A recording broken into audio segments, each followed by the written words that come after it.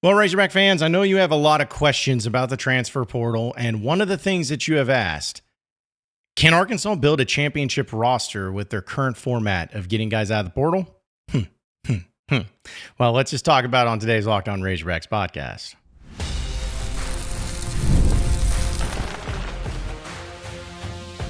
You are Locked On Razorbacks, your daily podcast on the Arkansas Razorbacks. Part of the Locked On Podcast Network, your team every day. Welcome into Locked On Razorbacks podcast. I am your host, John Nabors. I am also the host of Inside Arkansas Live, which you can catch every weekday starting at noon on Inside Arkansas and InsideArkansas.com. The college football playoff is here, and you don't want to miss a moment of action. The college football playoff presented by Allstate begins with 4 first-round games, December 20th and 21st on ESPN, ABC, TNT, and Max. Hope everybody's having a wonderful Tuesday, as we'll get into some of the updates when it has for Razorbacks, as they did get at least one of the portal guys to commit out of the portal, and defensive linemen, so you definitely need those. So we'll talk about that, as well as where to go from here and everything. But, folks, I know that it's on everyone's mind. It's weighing heavy on everyone's mind about this team and about this program and about whether or not this is something that is going to work out in the favor of Arkansas. I'll be honest, like where it stands right now, it's hard to just say with confidence that, oh, it's okay. You know, this is the end game. This is where it's going to end up. This is the goal. This is all of that. Because I'll be honest, I don't get a vibe from the people there in the administration at the University of Arkansas and the athletic department and the football team or football program, whatever it is. I just don't get the vibe that the goal is to win a national championship. Now, you're probably saying to yourself, well, duh. I mean, it's hard to win a national championship, John. You've said so yourself. It's almost impossible to win a national championship. And you're right. You're right. But I still want my program to strive for it. Even if it is a long shot, even if it is a goal that seems unattainable, I still want them to try. I still want them to have that mentality. And there's been a lot of things that have popped up and that have happened as to maybe why a lot of you, or even in this case me, don't feel like that's even a thought. Don't feel like that's even a mindset. It's not a championship winning mindset. It's more of, well, we're trying to do the best with what we got. Now, whether that's true or not, it's up to you. If you think that that's the way it should be, because honestly, at the end of the day, that is the reality. You have to do the best with what you have. But I just have gotten these vibes, whether it's the NIL, whether it's just the program building, whether it's the settling for average, for mediocrity. All of that has just plagued, I think, not only the program itself and in the fan base itself.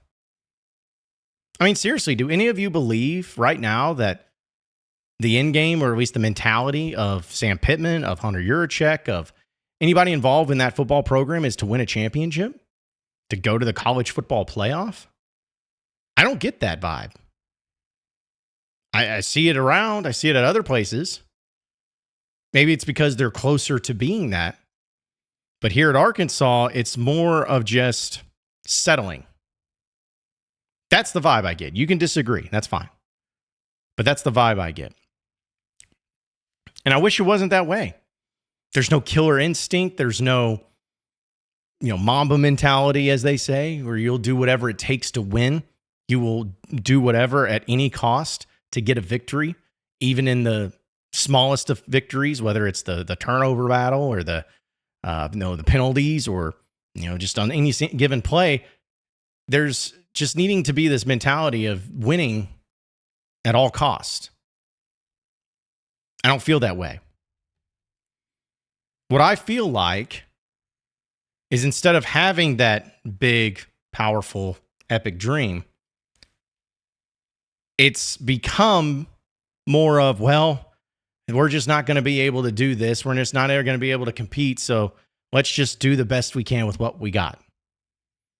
And instead of hiring elite coaches, or instead of having, elite, like jumping into the NIL, into the transfer portal and getting big time commits, all of those things, instead of that, it's more of, Let's just do what we can. And if it doesn't work out, well, what did you expect? You're Arkansas.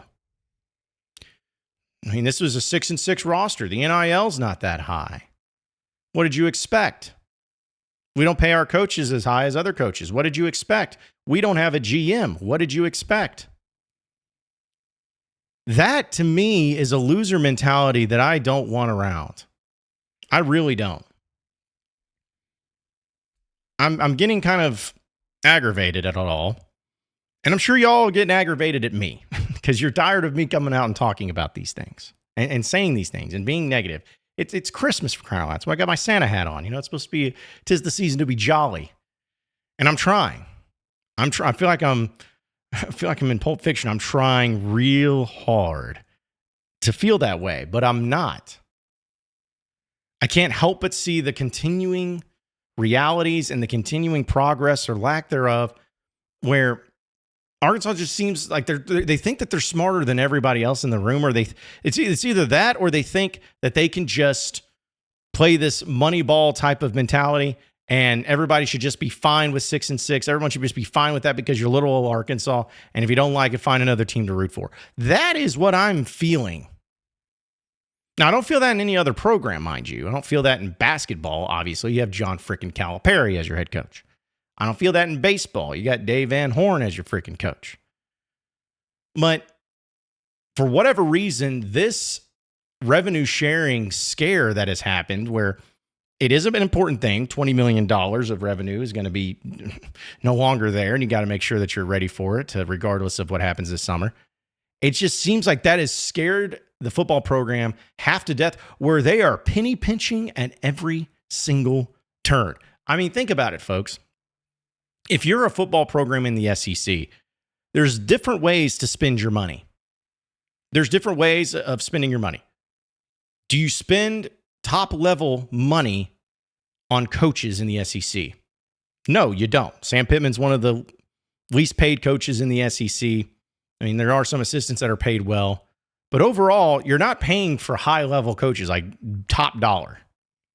Now, Petrino and Travis Williams obviously are good coaches, and I think that they're being paid well, but it's not like all of your money that you have is going towards the coaching salary budget.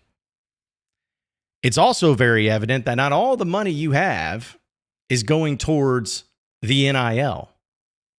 Just given the circumstances, Sam Pittman says you have money. Okay, maybe you do, but what you've been able to retain from last year did not reflect that. And so far, who you've added has not exactly reflected as far as big money spending either. Now, granted, a lot of these other players have gone on to big programs. I mean, for crying out loud, the Metcalf boys just committed to Michigan yesterday. So obviously, there's a lot of people that feel very highly of them. But there lies the issue, doesn't it? They're willing to pay. Those big boy programs are willing to pay. If you want to be a big boy program, you got to be willing to pay for the high quality talent. And just so far, at least in the transfer portal, it has not reflected that. So if you're not spending the major amount of money on coaching salaries, and you're not spending the major money when it comes to the NIL, you're not spending the major money there in the facilities department. Like, it's like you have these big project going on with football. And your ticket prices are staying the same, if not going up every year. Everything else surrounding it is expensive. So where is it? That's my question, folks. I know Arkansas has money. Do they have the most? No, of course not. But they got money. Where is it? Where is it going? I can't help but feel, and maybe this is what I'm hoping for, I can't help but feel that it is simply they are corralling the money like Scrooge McDuck up there, and because they are so scared to death of this revenue sharing stuff, that they're just waiting until that storm comes through, and then once the storm's over with, then they can let loose a little bit. That's the only thing I can think of as to why there's just no money being spent. At least that we've seen. They're spending some in NIL, but not anywhere near what everybody else is.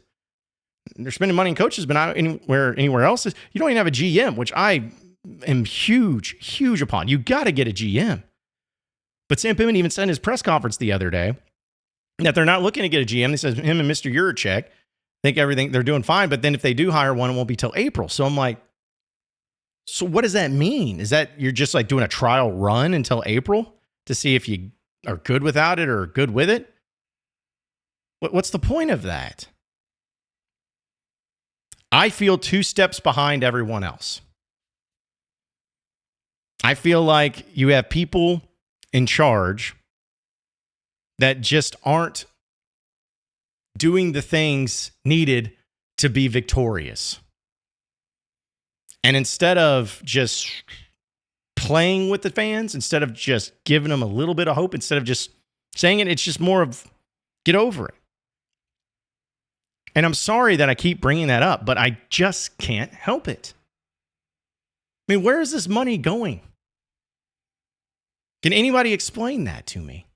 I mean, Ole Miss has become this huge, big-time program of bringing in transfers. You're telling me Ole Miss has that much more money? I can understand if they have some more, but you're telling me that they have that level of more money? What about Mississippi State? I mean, for crying out loud, they've already gotten more visits and more interest from some big-time players at the portal. You're telling me that they have significantly more money than Arkansas? And if that's true, if it's true, then someone has failed and failed miserably. But here's my hope, folks, because I know I'm talking about building a championship roster for Arkansas. They can't do it the way they're doing it now. And my only hope, my only thing I can think of, my only direction that I can take this is that they're just holding out until this revenue share thing happens and they get their footing. They understand exactly what the money's going to be like, where they're going to spend it, and then they can just really go crazy and take off and build it from there. That's what I'm hoping for. But if that does not happen, if that's not the reason why they're waiting and why they're not spending a whole ton of money on anything, then changes need to be made quickly. You can't have a loser mentality. And it just feels like Arkansas has got the loser mentality. Maybe already, even if that's true of them waiting, it's still a loser mentality because you are so afraid of what's going to happen. But guess what? Everyone's going to go through it. Every school in the SEC is going to go through it. And you think you're going to be the Arkansas of all the geniuses, of all the GMs, of all the people that they have in the SEC, you think you're going to be the one that are standing tall, be like, you guys are stupid. See, they're going to be looking for people like you, but I'm going to be in disguise. I'm going to be incognito. Look at me over here. Stop. If they're going to build a championship roster, it cannot be done the way that they're doing it. Because to me, again, they're just doing as little as they can with what they got just to get by. And boy, doesn't that sum up Arkansas football right now to a T. Sad and disgusting. We'll talk a little bit more about some of the gets that Arkansas did get and who they're going to be looking at here in the transfer portal. So stay with us here on the Locked On Razorbacks podcast. All right, all you Razorback fans out there, I got to tell you about our friends over at the College Football Playoff. Because listen, we know it's a very big deal, right? It's that time of year. The College Football Playoff is back, and with the newly expanded 12-team format, it's guaranteed to be a bigger and better than ever. Bring in all the hard-hitting and high-flying excitement that you love. TNT Sports coverage with the College Football Playoff begins December 21st, starting with the College Football Playoff kickoff show presented by AT&T at 11 a.m. Eastern. Leading into our first matchup, the SMU Mustangs battling the Penn State Nittany Lions at noon. Then the Clemson Tigers looked to upset the Texas Longhorns in a showdown at 4 p.m. Eastern. So don't miss a moment of action. Watch the College Football Playoff presented by Allstate live on TNT, True TV, TBS, and of course, over with our friends at Max. We're also, of course, brought to you by FanDuel. Get ready to tackle the NFL action and make sure it's with America's #1 sportsbook, FanDuel. Because right now, new customers can bet $5 and get $150 in bonus bets if your team wins. The FanDuel Sportsbook app gives you everything you need to place live bets on the NFL, all in one place. So when you get a hunch in the middle of the game, you can check out the latest stats, view live play-by-play, and so much more on the same page where you place your bets. Just visit FanDuel.com to join today, and you'll get started with $150 in bonus bets if you win your first $5 bet. That's FanDuel.com. Never waste a hunch and make every moment more with FanDuel, the official sportsbook partner of the NFL.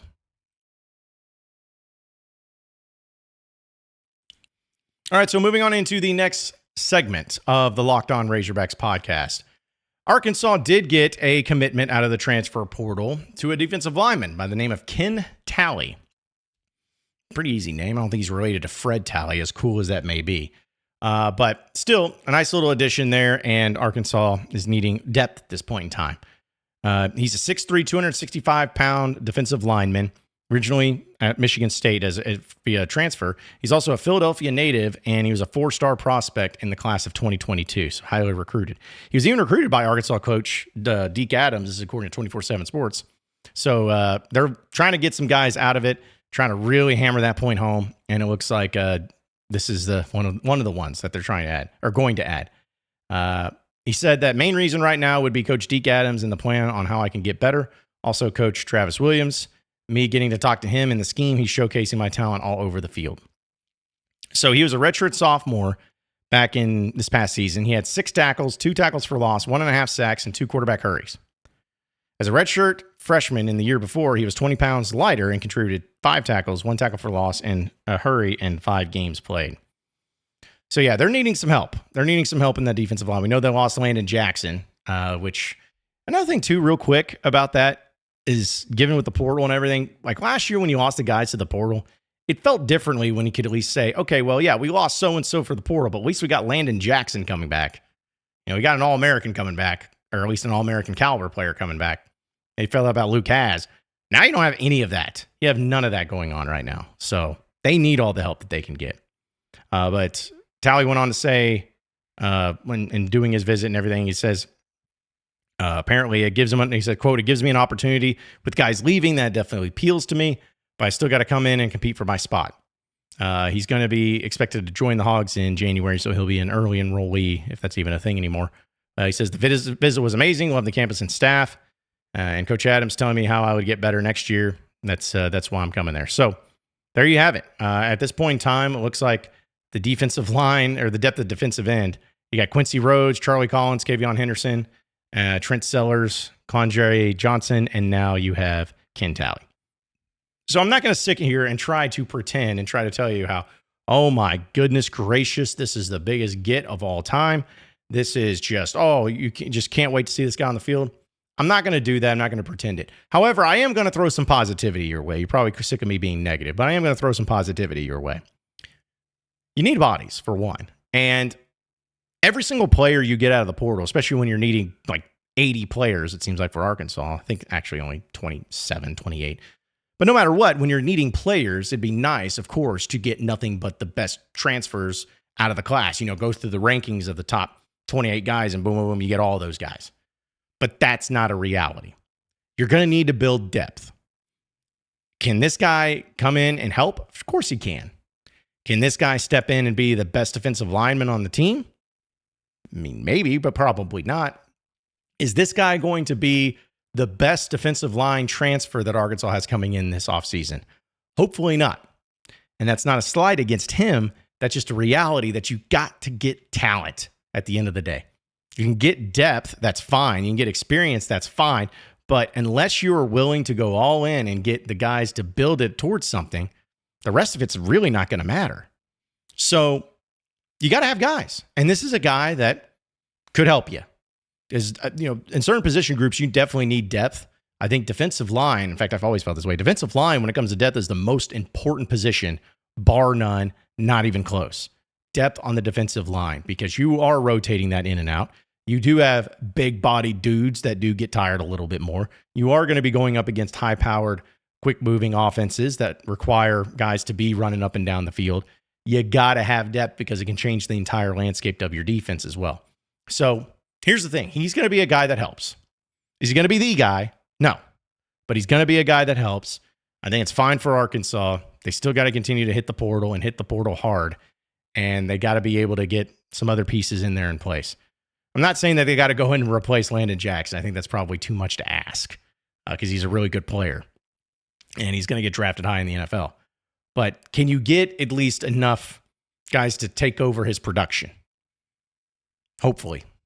I'm hoping so, man. That's all I'm saying right now. I'm hoping. I'm hopeful. I'm hoping it continues to get better. I'm hoping it continues to improve. And I'm hoping you continue to build in the transfer portal and getting some players. But we'll look at some of the guys that Arkansas is looking to have join them on campus, maybe some of the different directions that they go. So we'll get that and discuss that a little bit more. So stay with us here on the Locked On Razorbacks podcast.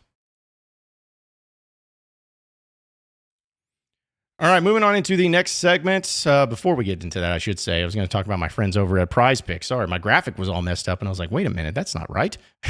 So yes, but tell you about my friends over at Prize Picks. Prize Picks is the best place to get real money sports action. With over 10 million members and billions of dollars in awarded winnings, Prize Picks has made the daily fantasy sports accessible to all. You just pick more or less on at least 2 players for a shot to win up to $1,000 of your 1,000 times your cash. Run your game all season long on Prize Picks, America's #1 daily fantasy sports app. You got to make your holidays bigger and brighter with Prize Picks. It's the best place to get real money action. It also is the best place to play with people and your peers. Over 10 million members are there, so you got to sign up today. They also invented the Flex Play, which means that you can still cash out even if your lineup isn't perfect. You can double your money even if those Prize Picks that you hit don't hit. Prize Picks puts their members first, so all withdrawals are fast, safe, and secure. When my pick hits, I can get money as quick as 15 minutes. Simple as that. They also offer MasterCard for quick and easy deposits into your account. So join now, because this holiday season, Prize Picks is giving away 2 free picks in December, and they're giving away $30+ million in rewards during Pickmas. Sign up today and get $50 instantly when you play $5. You don't even need to win and receive a $50 bonus. It's a guarantee. So download the app today and use promo code LOCKEDONCollege, and you'll get $50 instantly when you play your first $5 lineup. Again, download the app today and use code LOCKEDONCollege to get $50 instantly after you play your first $5 lineup. It's Prize Picks. Run your game.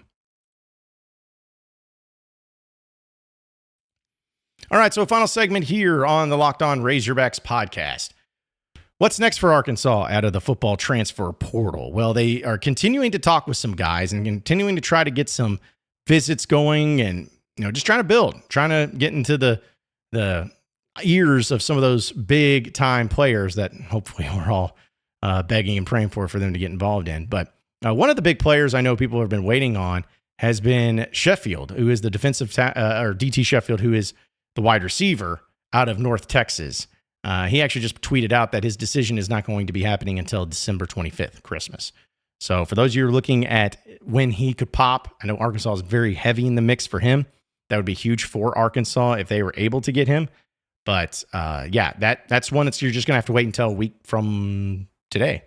Tomorrow, Wednesday, Christmas. There it is, December 25th. So you'll have to wait and see. Another few players, though, that they're just kind of waiting on and seeing. I know Eli Sanders, the running back, is one they're still hopeful for.